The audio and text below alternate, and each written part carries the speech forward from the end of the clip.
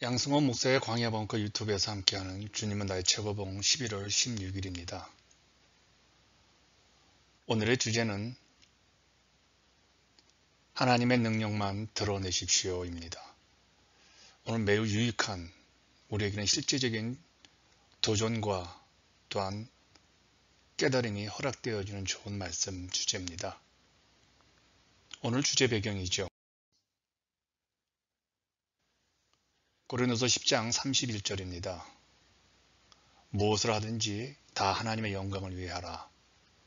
오늘 주제를 챔버스는 창세기 22장 20절에서 24절까지 선택했는데 그의 아내 비디가 편집할 때 고린도서 10장 31절로 바꾸었습니다. 오늘 묵상한 챔버스가 그동안 강조했던 내용들을 가장 함축적으로 설명하고 있습니다. 바로 그것은 이것입니다. 우리의 믿음은 가장 단조롭고 고된 일을 할 때 얼마나 하나님께 집중할 수 있느냐에 따라 그 정도가 평가됩니다. 우리가 살아가는 가장 단조롭고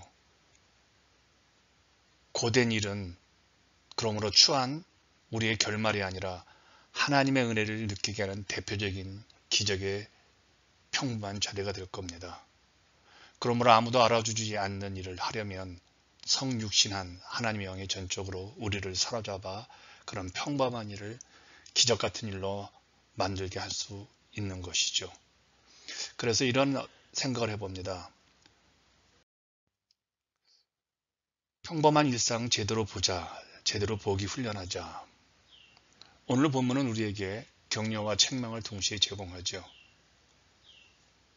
격려는 바로 이겁니다. 하나님의 위대한 계시는 우리의 평범한 일상에서 나타난다는 겁니다. 챔버스가 아주 귀한 말을 했습니다. 성육신의 위대한 기적은 평범한 유년 시절로 이어집니다. 변화산 상의 위대한 기적은 귀신 들린 골짜기에서 사라집니다.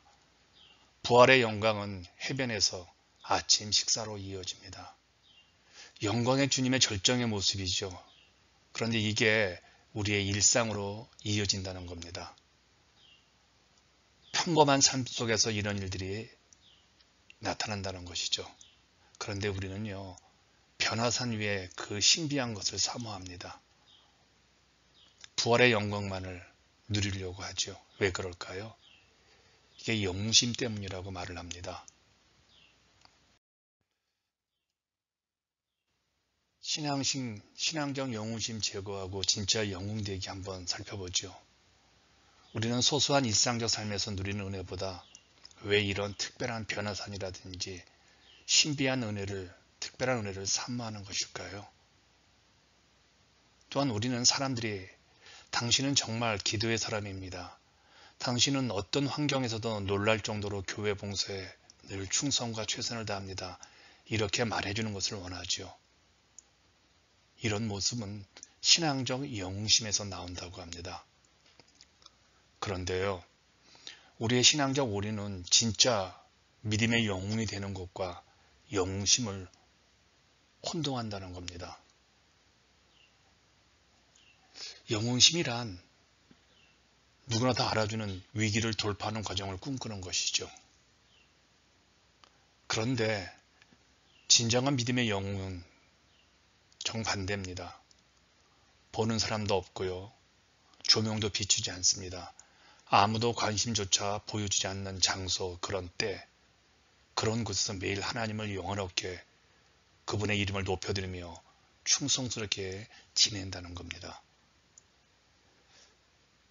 영웅심이란 모든 사람들로부터 인정을 받고 싶은 우리의 욕망의 마음인 것 같아요.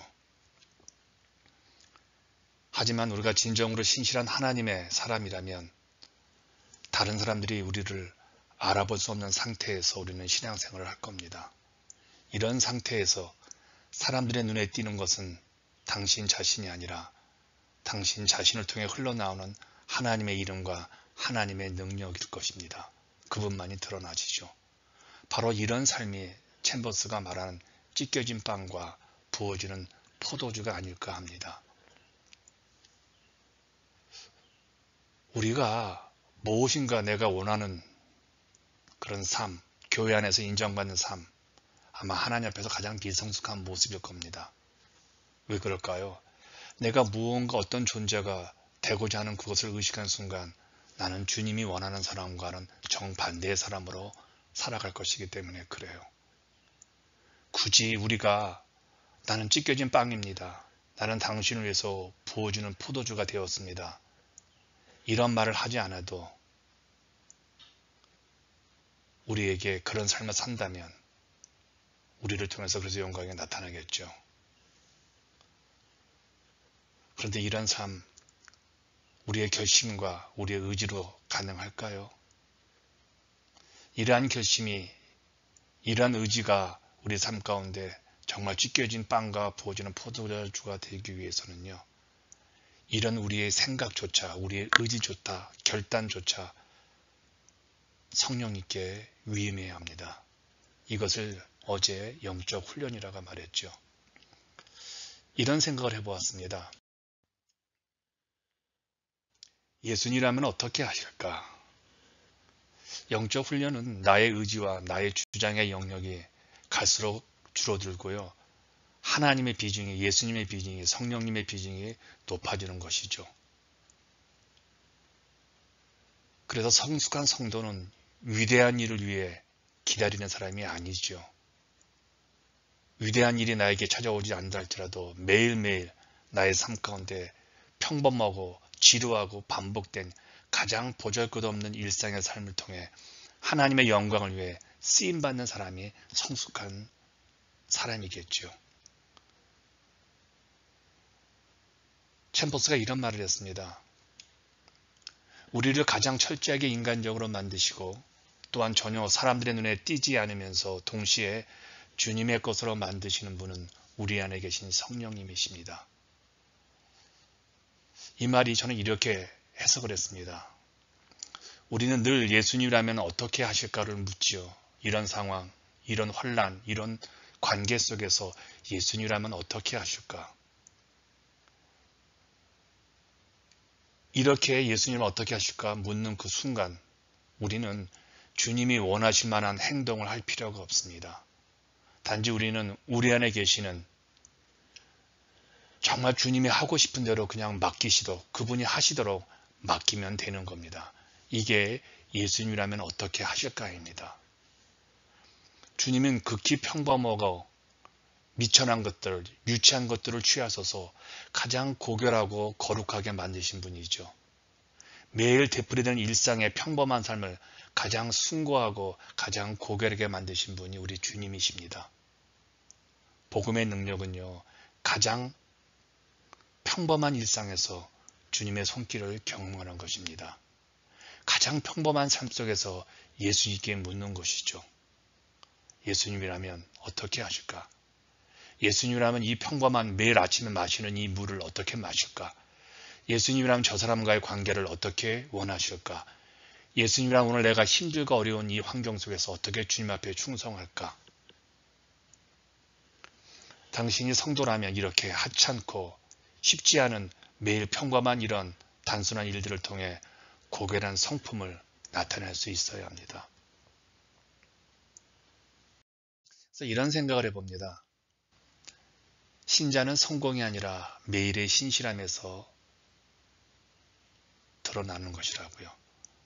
성도의 삶은 성공이 목표가 아니죠. 언제나 하나님 앞에서 신실하게 사는 삶입니다. 우리가 하나님을 신뢰한다면 우리는 그 신뢰함을 나의 성실함으로 보여줘야 되겠죠. 우리는 열심히 교회 봉사를 하고 교회 안에서 공동체 안에서 서로 다투는 모습에 너무 익숙하죠. 쌈박질이 너무 일상화된 것이 오늘의 교회지요. 헤어지고 미워하고 이게 교회의 일상이죠.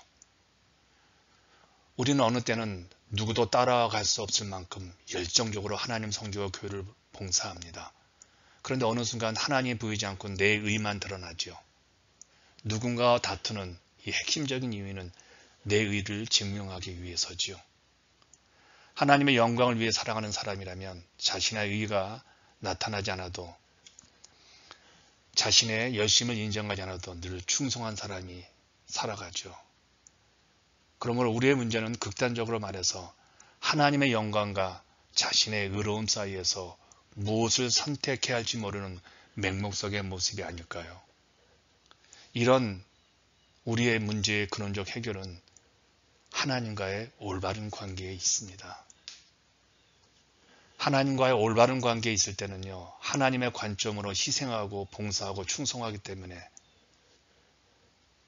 사람들의 평가가 우선순위가 되지 않습니다. 그런데 하나님과 올바른 관계가 사라지면요, 자꾸 시험 들고 자꾸 내 의를 드러내면서 우선순위 내 의가 되어집니다. 이런 말이 있습니다. 성도들의 삶의 평가는 성공이 아니라 현실적인 인간의 삶의 자리에서의 신실함입니다.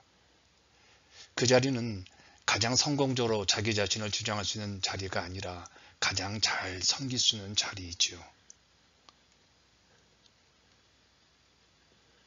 챔버스가 이런 말을 합니다. 성도의 삶의 평가는 성공이 아니라 현실적인 인간의 삶에서의 신실함입니다. 우리는 사역에서의 성공을 목표로 삼으려고 하겠지만 진정한 목표는 우리의 삶을 통해 하나님의 영광을 드러내는 것이어야 합니다. 그래요. 성도의 삶은 하나님의 영광을 드러내는 데 목적이 있어야 합니다. 아무도 알아주지 않는 일을 하려면요, 성육신한 하나님의 영이 전적으로 우리를 사로잡아 그 보잘것없는 아무도 알아주지 않는 일상에서 주님의 일을, 그 평범한 일을 최선을 하게 해야 가능하지요. 자신이 모든 사람보다 정말 작은 자임을 인식하며 그리고 내가 있는 그 위치가 섬김의 자리라고 생각하고 항상 살아갈 때 우리에게는 성화의 진보가 있게 되어집니다. 오늘 당신이 고백하고 실천하기입니다. 하나님의 일을 하면서 누구도 당신의 일을 알아주지 않을 때 상처받지 않고 묵묵히 견디며 일할 자신이 있습니까? 이렇게 되면 아무도 당신을 알아주지 않고 하나님께 헌신했다고 칭찬하지도 않을 겁니다. 그리고 누구와 비교해서 가장 뒤로 처졌다는 느낌을 받을 것입니다. 이럴 때 모든 것을 하나님 영광을 위해 당신은 기꺼이 감당해야 합니다. 당신은 기꺼이 하나님의 소유가 되기를 원합니까? 아직 부족한 당신의 영역을 점검해 보십시오.